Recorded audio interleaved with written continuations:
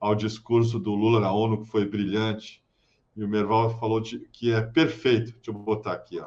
O Lula está corretíssimo nesse movimento de apoiar o Sul, que nos governos anteriores ele já Sul global, tá? Ele está querendo dizer. Fazia, mas estava meio fora de tom.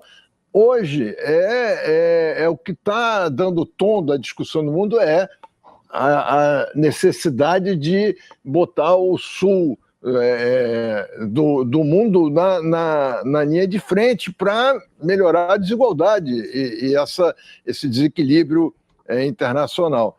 Então, eu acho que o Lula fez um discurso perfeito, com exceção dessa incapacidade de criticar a Rússia e o Putin. Ele abordou tudo perfeito, só que a realidade que o governo dele vive, não é bem essa que ele está mostrando aí. Cara, esse homem ele é editorialista, comentarista e porta-voz dos maridos também. Como ele é confuso, né?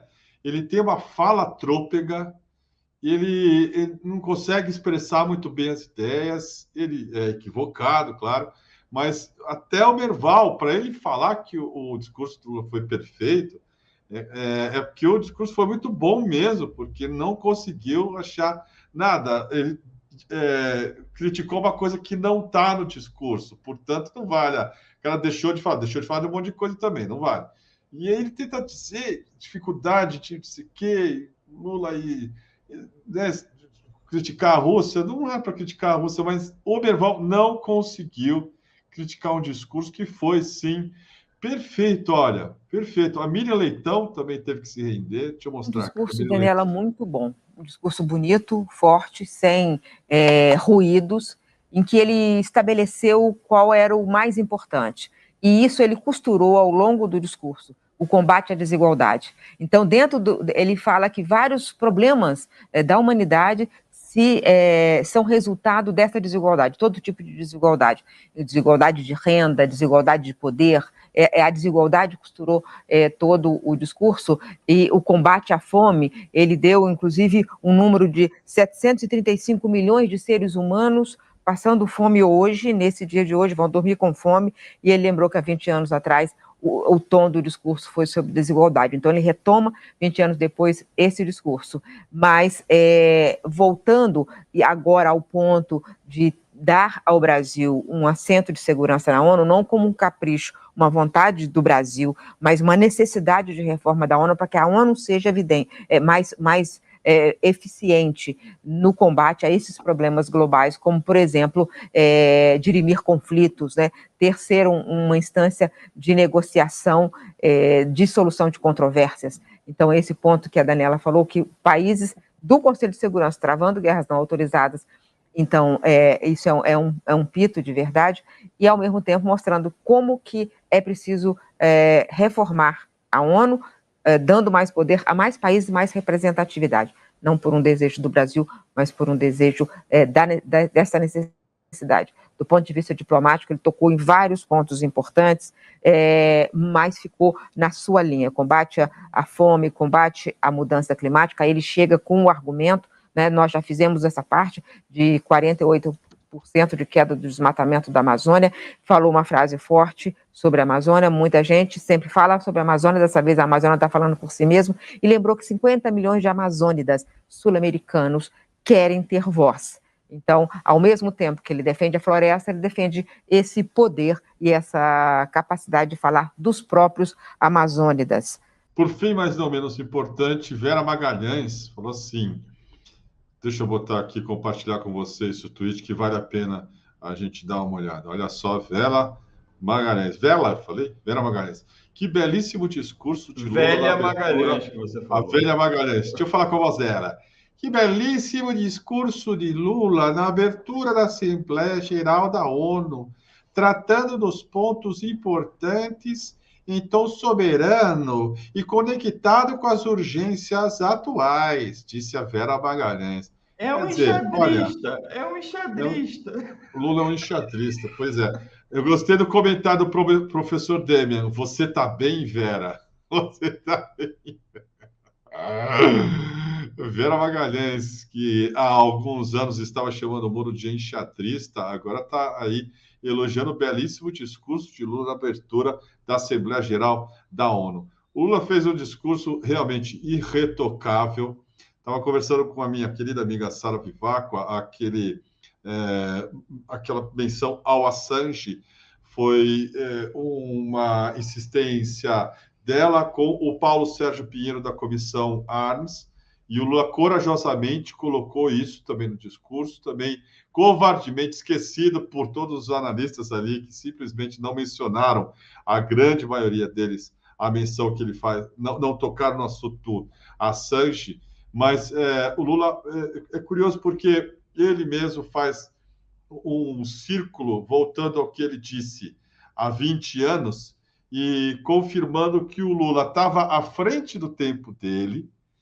E, mais do que isso, os assuntos prementes para aquela época, e era a desigualdade o tema daquele discurso, continuam hoje urgentes. Continuam hoje, acho que num momento em que ou se resolve isso, a gente caminha rapidamente para uma crise de proporções como nunca antes vista no Brasil. Lula avisou isso há 20 anos, e com uma solução que foi equivocada, que é a do neoliberalismo, criticada pelo Lula também.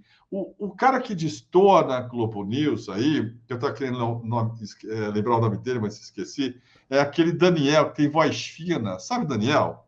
E aquele Demétrio também, né? Demétrio também. O Demétrio também. Mas o Demétrio, eu acho que ele entra um pouco mais tarde. À tarde fica esse Daniel, que é um liberalzinho, bem chato. Você já viu esse cara? Ele tem também um podcast insuportável, mas ele é um tipinho assim, bem aferrado a umas crenças equivocadas, e hoje ele tentou falar em defesa do neoliberalismo, que esse trecho do discurso é ideológico. É claro que é ideológico, caramba. Ué, qual é o problema? Mais do que isso, está correto. Se não tivesse correto, a gente estaria como hoje, um problema de desigualdade, pelo menos encaminhado, mas só piorou. E piorou por quê? Por causa do neoliberalismo. O Lula, então, está simplesmente fazendo um diagnóstico sobre uma realidade absolutamente correta, e que, a não ser que você seja um idiota ideológico, você não vai enxergar isso. Ele, acho que, aparece aí definitivamente como um estadista do século XXI e uma liderança do Sul global, como acho que não tem mais nenhuma, porque o Lula trafega muito bem entre assim, os dois principais polos desse multilateralismo, que tem vários outros ali, satélites, mas o Lula é o principal deles, porque conversa com o Biden, conversa com o Xi Jinping, conversa com o Putin, como que ele fazia também no Brasil, sempre fez. O ex-secretário para o Hemisfério Ocidental do Departamento de Estado americano e ex-embaixador dos Estados Unidos no Brasil falou o seguinte: Lula discursou como estadista do século XXI, e o que ele disse deve ser lido com muito cuidado e atenção em Washington e no resto do mundo. Lula fez alertas sobre o que vem por aí, disse o ex-embaixador. Olha que do caralho. Na visão do Shannon, mesmo quando se refere à guerra entre Rússia e Ucrânia, o Lula está pensando em questões globais, como a crise de segurança alimentar e energética. Ele disse assim: Lula não quer falar sobre poder, mas sim sobre os desafios que o mundo enfrenta, como a desigualdade. Foi um discurso valioso, ao qual Washington deve prestar muita atenção, porque vem de um estadista que entende o Sul global. O Brasil está tentando lembrar aos Estados Unidos e à China que eles não são os únicos países do mundo e que o mundo não permitirá que o futuro seja capturado por uma disputa estratégica entre ambos. Está frisando esse alerta. Nós estamos falando do ex-embaixador dos Estados Unidos no Brasil, cara. Olha só. O que está por trás de muitas afirmações do presidente brasileiro é um recado para os Estados Unidos e para a China, disse aí. O Brasil está tentando lembrar os EUA e a China de que eles não são os únicos países do mundo e que o mundo não permitirá que o futuro seja capturado por uma disputa estratégica entre ambos. Está frisando esse alerta. O editor-chefe da America's Quarterly, Brian Winter, falou o seguinte: foi o discurso de um chefe de Estado que quer se projetar como líder global, que não foi de um presidente de um poder regional, e sim de um poder global. Para o Inter, o discurso foi ambicioso e sem os erros que caracterizaram algumas das declarações recentes do ex-presidente Bolsonaro.